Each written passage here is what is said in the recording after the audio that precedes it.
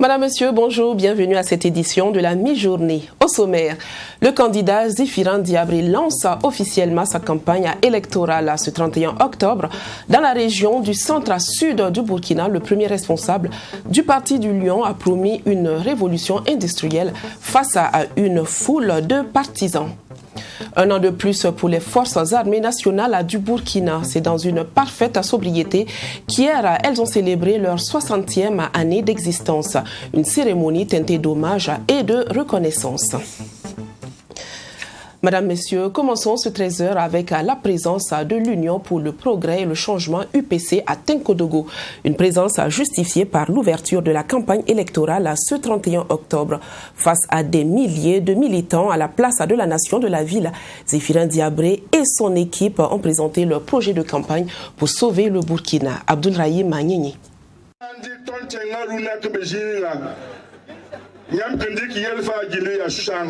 Le Burkina Faso est au bord du gouffre. Mobilisons-nous pour sauver le pays. C'est l'essentiel du message de Zéphirin Diabré à ce meeting. Après avoir fait le procès et condamné le pouvoir en place pour mauvaise gestion caractérisée par la situation sécuritaire, humanitaire et le chômage, le candidat de l'UPC se présente comme l'homme de la solution. Élu président du Faso, sa priorité sera la réconciliation nationale avant de s'attaquer au projet de développement. Le candidat sortant a dit que s'il est réélu pour un nouveau mandat de 5 ans, il va enfin se mettre au sérieux pour faire la réconciliation nationale.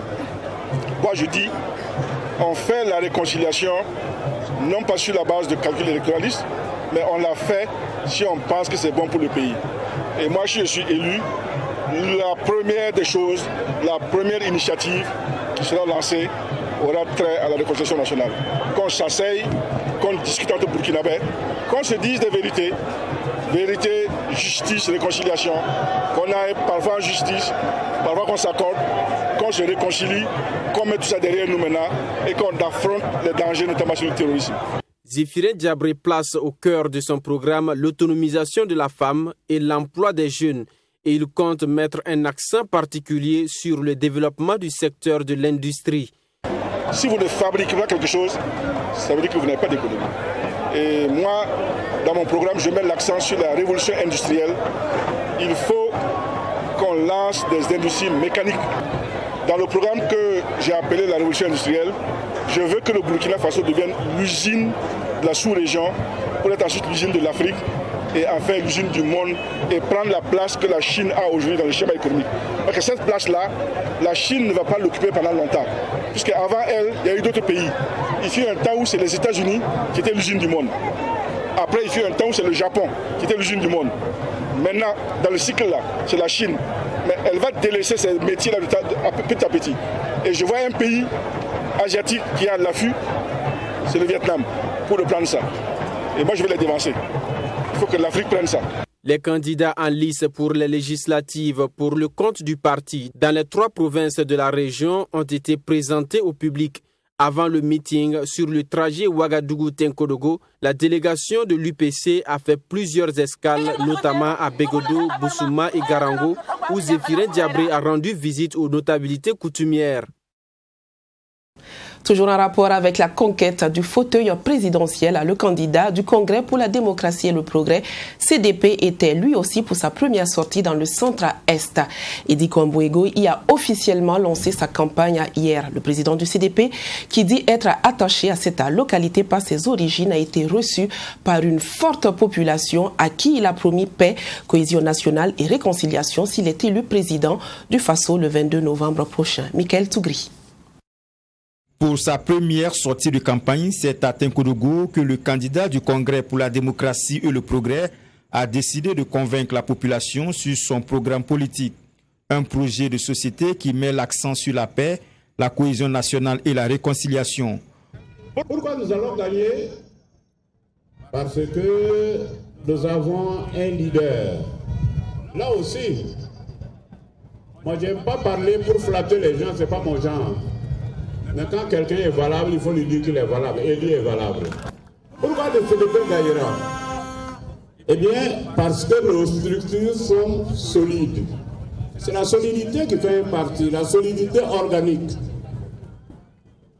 Notre parti est organiquement solide. Et c'est l'une de nos forces comme ça, il ne faut pas se tromper. On peut dire tout ce qu'on pense de Blaise Compaoré, mais nul ne peut dire, nul ne peut me contredire quand j'affirme que c'est lui qui a construit ce pays pendant les 30 dernières années. C'est une population fortement mobilisée et engagée à porter au soir du 22 novembre Edi Kombouego à la magistrature suprême. L'homme d'affaires dans la cité de Zungrantenga, où il a effectué ses premiers pas de lycéen, promet de faire du Burkina Faso un havre de paix.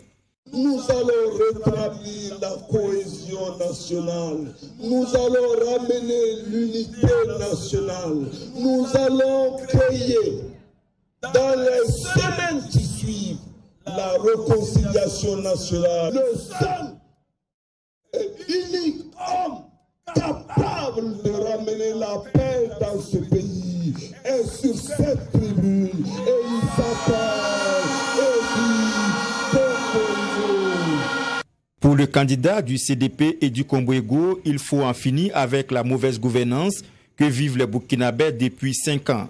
Une première à une élection présidentielle, l'homme d'affaires de 56 ans compte dans son projet de société développer et remettre la population burkinabé au travail pour un Burkina Faso plus fort. La nouvelle alliance pour le Faso, NAFA, quant à elle, a choisi la région du Sahel pour le même exercice, c'est-à-dire lancer sa campagne. La NAFA a fait la promesse d'au moins un siège à l'Assemblée nationale. Elle a également dévoilé les grandes lignes de son projet politique. Serge Bado.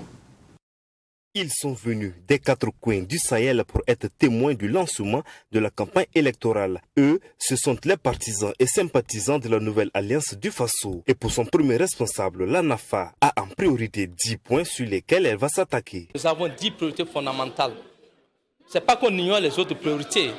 Il y a des priorités qu'on appelle des priorités instantanées et il y a des priorités pérennes, telles que par exemple la santé, l'éducation. Ça, ce sont des priorités pérennes. Donc, tout parti est obligé de mettre ça. Mais je vais citer les priorités exceptionnelles, qui sont des priorités instantanées au niveau de la NAFA. Toujours selon le premier responsable de la NAFA, son parti a décidé de soutenir la candidature de l'UPC pour les présidentielles dans toutes les régions, sauf dans la Komoué. Un choix qui s'explique par... Ici, dans la province du Sahel et dans la province du Sénou et dans tout le Sahel, par exemple, nous avons appelé nos militants à voter aux législatives la NAFA et à voter Dr Zéphirin Diabré pour le changement au niveau des élections présidentielles. Et nous nous assumons pour ça. Nous avons aussi connu l'expérience d'aller à une élection sans soutenir un candidat à l'élection présidentielle. Et nous changeons actuellement d'expérience en partant aux élections présidentielles dès le premier tour en identifiant qui nous allons soutenir pour aller à Potian.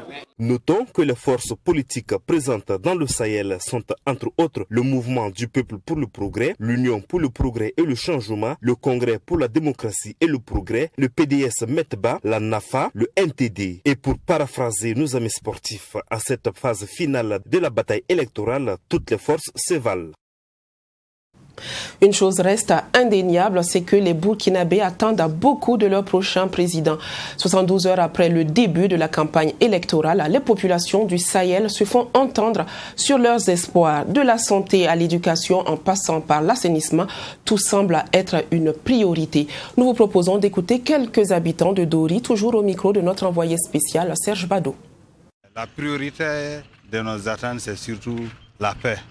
Parce que vous-même, vous voyez que comme on l'a dit, on n'a pas trop à dire ce qui se passe parce que le problème d'insécurité fait que nous sommes pratiquement peut-être à la 4e année dans un souci où nous ne pouvons même plus vaquer à nos occupations comme il se doit. La population souffre. Deuxièmement encore, c'est qu'on vraiment on mérite, ce qu'on aimerait souhaiter plus du travail.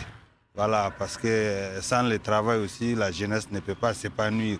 Au contraire, ça peut plus nous créer dommages que des intérêts. On a besoin, surtout comme vous voyez, puisque le Sahel est en généralement une zone, je peux dire, aride. Donc il faut que le développement local aussi se passe par la plupart du temps par le développement des points d'eau, des barrages, des retenues d'eau. Aucune base de développement ne peut se faire sans l'eau. Pourtant ici, quand vous voyez actuellement, quand vous regardez notre map, actuellement il y a de l'eau, mais à un certain moment ça tarit. Et plus loin encore dans nos villages, c'est la même chose. Le vrai calvaire de la population même, bon, Burkina, particulièrement au Sahel, c'est surtout l'eau. La question d'eau est vraiment primordiale. Que ce soit lui, que ce soit un autre, ce qu'on veut, c'est la sécurité, la paix au Burkina Faso. Et que tout ce qui est, disons bien, tout ce qui était avant au Burkina Faso, que ça revienne toujours. Plus précisément à Dori, parce qu'aujourd'hui, là, on ne peut même pas se promener jusqu'à 22h.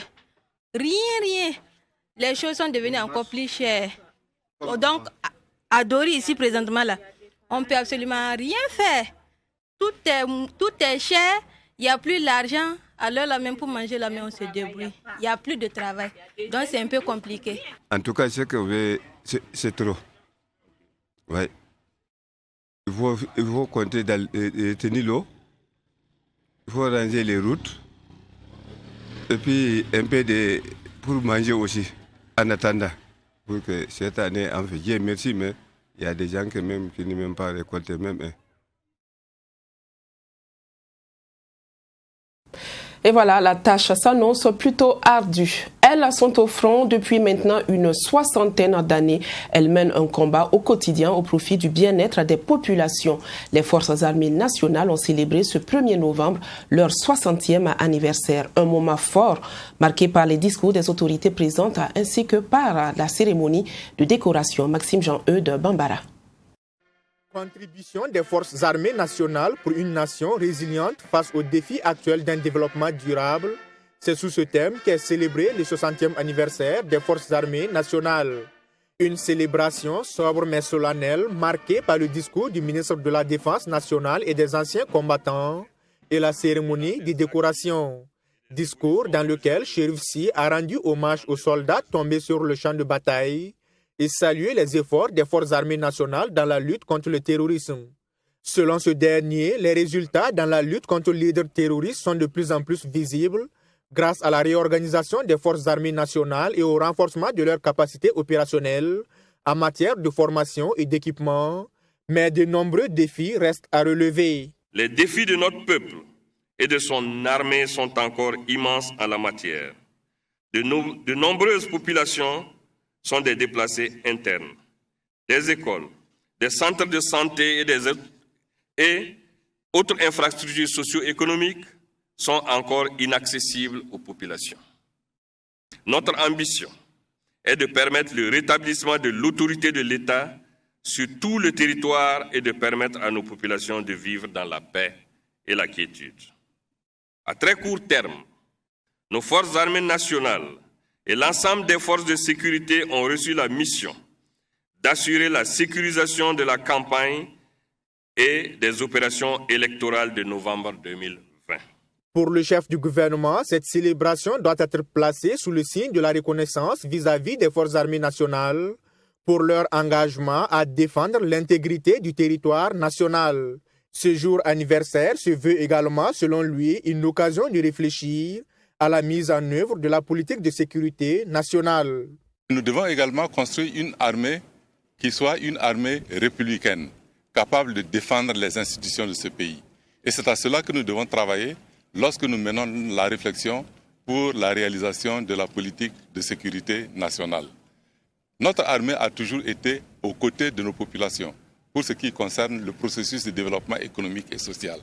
Nous les avons toujours retrouvés sur le front de la santé, nous les avons retrouvés sur le front de la construction d'infrastructures, la réalisation de puits et forages, etc., etc. Et cela mérite d'être salué et je tiens à les remercier pour cet engagement pour la construction de notre pays. L'autre acte marquant ce 60e anniversaire est la cérémonie de décoration. Cérémonie au cours de laquelle des éléments des forces armées nationales les plus méritants ont été décorés. Au nombre des récipiendaires, il y a la télévision privée BF1 qui, à titre exceptionnel, a reçu la médaille d'honneur des sapeurs-pompiers. Que la Brigade nationale des sapeurs-pompiers reconnaisse que le travail que nous faisons contribue un tant soit peu à leur permettre d'atteindre leur objectif. C'est dit que nous avons fait un cap avec eux, mais il faudrait pousser davantage à ce que, en termes d'action de sensibilisation, on puisse les aider à toucher la population pour éviter certains dangers ou du moins certaines situations qui pourraient être dommageables aux populations. Cette reconnaissance représente essentiellement deux sentiments. Un sentiment de fierté et un sentiment de joie. Donc fierté d'avoir été choisi et joie de la reconnaissance du travail qui a été fait et en vue d'améliorer le travail. Au total, 47 médailles ont été décernées, dont 8 médailles d'honneur militaire, 24 médailles militaires, 8 médailles d'honneur des sapeurs-pompiers et 7 médailles commémoratives pour les opérations de soutien à la paix. Si vous le voulez bien, nous restons dans le même registre pour parler de l'aboutissement de ce projet d'hommage aux anciens combattants africains.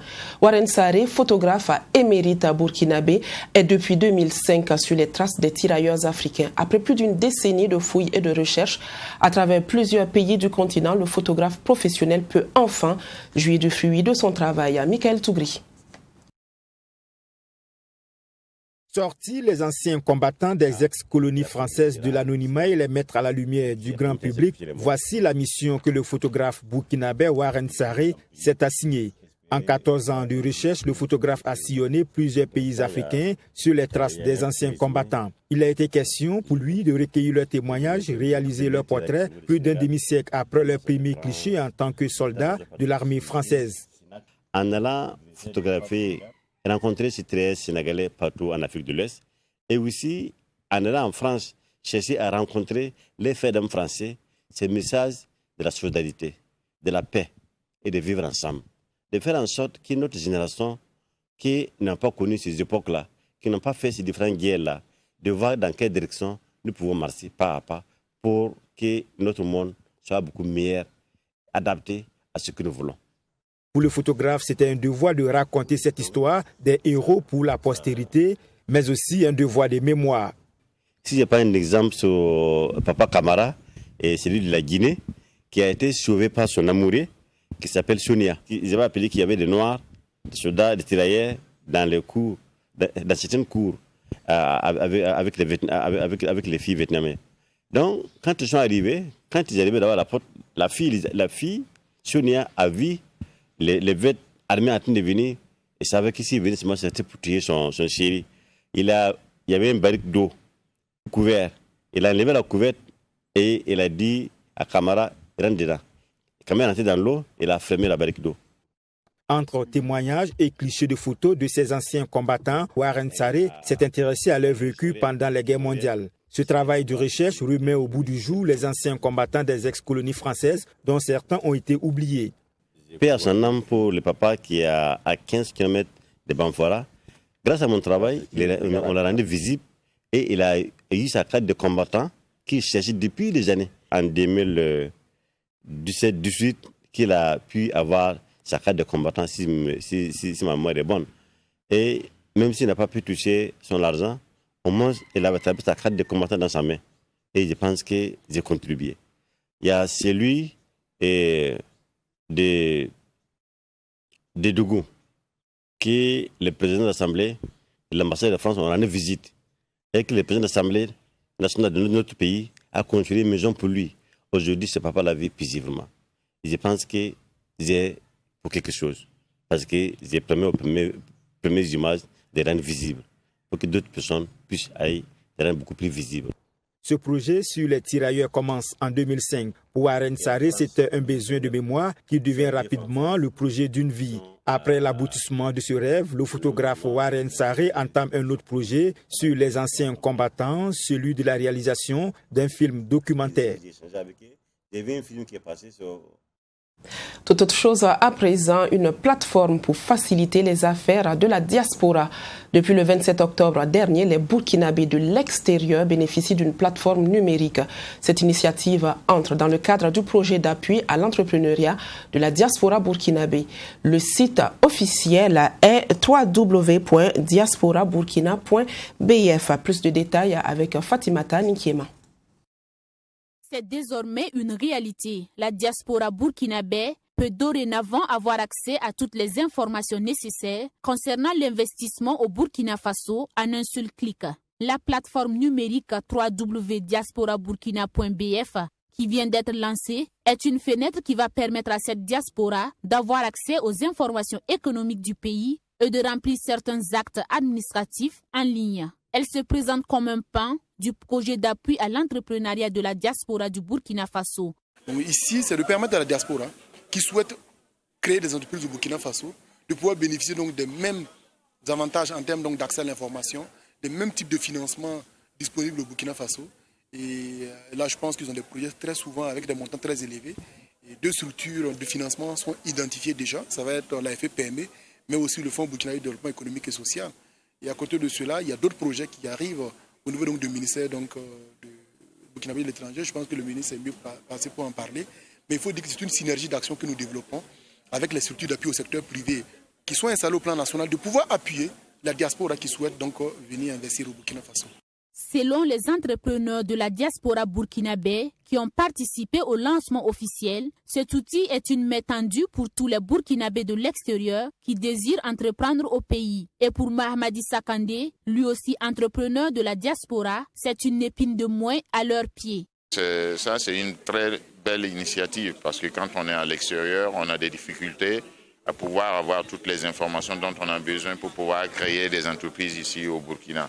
Donc cette plateforme, en tout cas, est une chose très excellente parce que vous savez, quand on est à l'extérieur, on peut seulement arriver à la maison ou avec l'avion ou à travers Internet que vous pouvez avoir toutes les informations. Vous créez une entreprise, vous le savez très bien ici combien d'activités il faut mener, combien de directions il faut aller pour pouvoir faire un certain nombre de documents et avoir toutes ces structures-là mises sur une seule plateforme pour pouvoir aider les entrepreneurs. C'est une plateforme où ils peuvent avoir beaucoup d'informations pour pouvoir venir successivement réaliser leurs rêves. Le projet d'appui à l'entrepreneuriat de la diaspora du Burkina Faso, Payet BF, ambitionne apporter des solutions aux difficultés que rencontrent les Burkinabés de l'extérieur qui désirent entreprendre au pays. C'est un projet qui est né après la tenue du Forum national de la diaspora qui a eu lieu du 11 au 13 juillet 2018 à Ouagadougou. Une autre façon de développer son pays est de passer par des investissements boursiers. En tout cas, c'est ce en quoi croient les responsables de Corissa Bourse Internationale. Pour sa 10e année d'existence, le spécialiste burkinabé d'intermédiation financière a donné une conférence publique au cours de laquelle une invite claire a été faite aux participants de faire des entreprises boursières à leurs alliés. Saint-Ger Kouma. Après une décennie de dynamisme au service de l'UEMOA, Coris Bourse est le top 3 des sociétés de gestion et d'intermédiation. Les responsables se disent satisfaits des acquis qui ont été engrangés. Ils entendent œuvrer davantage afin de mieux faire face aux nouveaux défis.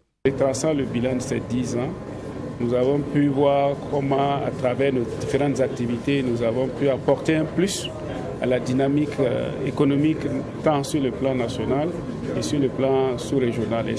Alors nos perspectives s'organisent autour donc, de la poursuite de la dynamique économique, c'est-à-dire véritablement être un canal par lequel les ressources mobilisées contribuer à la mobilisation de l'épargne intérieure afin de permettre à nos États, à nos industries, nos entreprises de pouvoir toujours réaliser leurs projets de développement. Les ressources boursières sont une importante source de financement pour la construction des infrastructures. Pour ce faire, elles sont indispensables pour tout développement économique et social.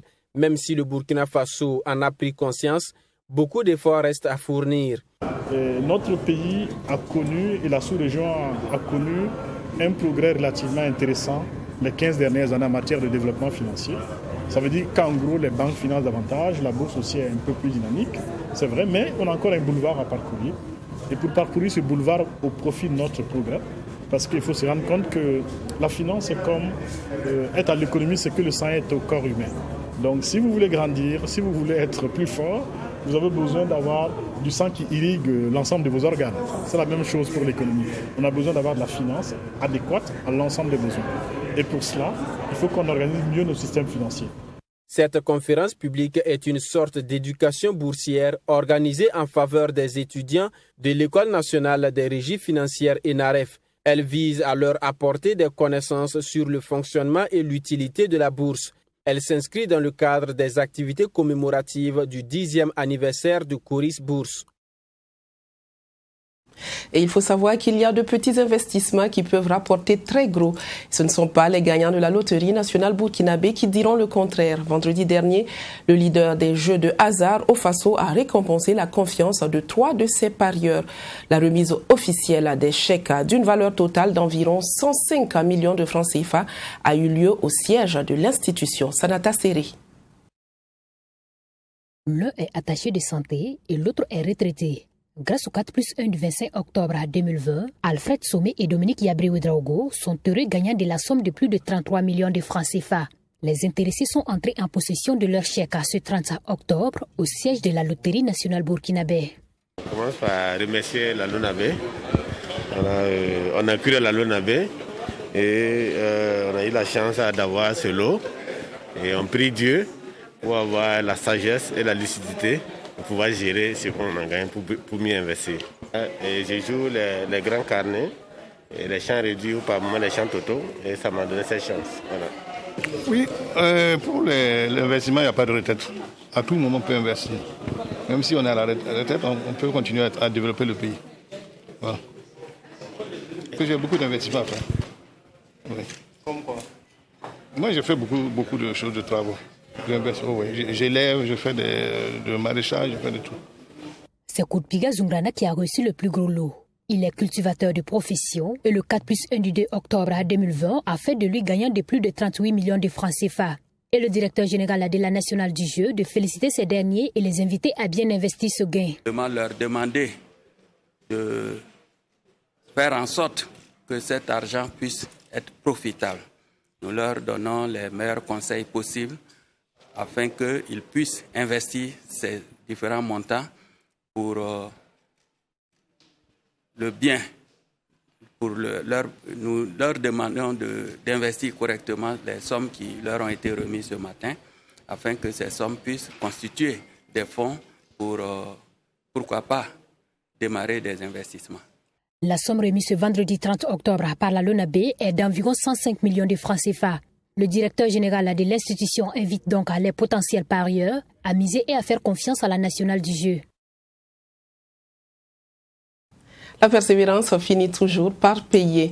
Des femmes battantes dont les efforts n'ont pas échappé à l'événement Africa Mousso. Jeanne Lompo Kombari fait partie de celles-là. Son courage et sa ténacité ont émerveillé les membres du jury de cette 4e édition de Africa Mousso. Nommée femme en or parmi 15 candidates, la reine de l'année 2020 a reçu ses présents vendredi passé. Fatimata Ninkiema. Sacrée femme en or 2020, à cette 4e édition de Africa Mousso, Jeanne Lompo Kombari a été forcée de se marier à l'âge de 17 ans avec l'assurance qu'elle pourrait continuer ses études. Une année plus tard, elle eut sa première fille et son rêve de regagner les bancs tombe à l'eau. Avec la famille qui s'agrandissait, elle comprit qu'elle devait se battre aux côtés de son mari pour garantir le minimum vital à sa famille. C'est ainsi que Jeanne décida de devenir tisseuse de faso d'Anfani. Après plusieurs années de travail, elle est aujourd'hui à la tête d'une entreprise dénommée Faso Botex. La chef d'entreprise est répartie lors de cette soirée avec la somme d'1 million de francs CFA, un trophée, une attestation et un compte d'épargne contenant 50 000 francs CFA. C'est ma première fois dans ma vie que je viens d'avoir ça. Je remercie Africa Mousso d'avoir pensé à moi pour vraiment cette grande surprise qu'elles m'ont fait, quoi. Donc vraiment, je rends grâce à Dieu pour moi-même et pour eux-mêmes. Ce prix, c'est une très grande joie pour moi, ce prix qui représente pour moi d'aller en avant, de doubler mes efforts. Cette édition 2020 de Africa Mousso a été placée sous le thème « Capacité de résilience des femmes entrepreneurs en période de crise sanitaire ». Et pour la promotrice, l'organisation de cette cérémonie de récompense est un pari réussi. Je suis satisfaite. Voilà, pour la présence des femmes, les femmes sont sorties nombreuses pour venir soutenir les femmes battantes. J'ai compris cette année que les gens ont commencé à adapter. Voilà, les gens ont commencé à sortir pour soutenir vraiment les femmes. Au début, ça n'a pas été facile, ça continue de l'être, mais un peu, en tout cas, je suis satisfaite. Africa Mousso est un événement initié en 2017 par l'entreprise générale des services. Selon la promotrice, c'est une cérémonie qui vise à valoriser et encourager les femmes entrepreneurs. Toujours selon elle, l'objectif est de motiver les femmes africaines à entreprendre. C'est sur cette invite entrepreneuriale que nous mettons fin à cette édition. Je vous quitte sur cette force de la nature, magnifique image d'Oursi qui regroupe en un même lieu des dunes de sable, un village et une mare d'eau recouverte de plantes. Oursi est située dans la province de l'Oudalan, dans la région du Sahel. Je vous donne rendez-vous demain à la même heure avec une meilleure voix, je l'espère. Bonne suite de programmes sur 3TV, la télévision interactive.